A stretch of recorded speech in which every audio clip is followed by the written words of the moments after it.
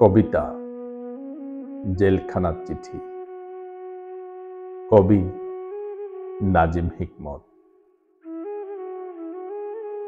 জেলে এলাম সেই কবে, তারপর গুনে গুনে 10 বার সূর্যকে প্রদক্ষিণ করেছে পৃথিবী। পৃথিবীকে যদি বলো, বলবে কিছুই নয়, অনুমাত্র কাল। আমি বলবো না, আমার জীবনের 10টা বছর। যে বছর জেলে এলাম, একটা পেন্সিল ছিল,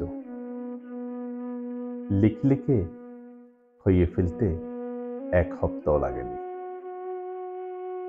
পেন্সিলকে জিজ্ঞেস করলে বলবে একটা গোটা জীবন। আমি বলবো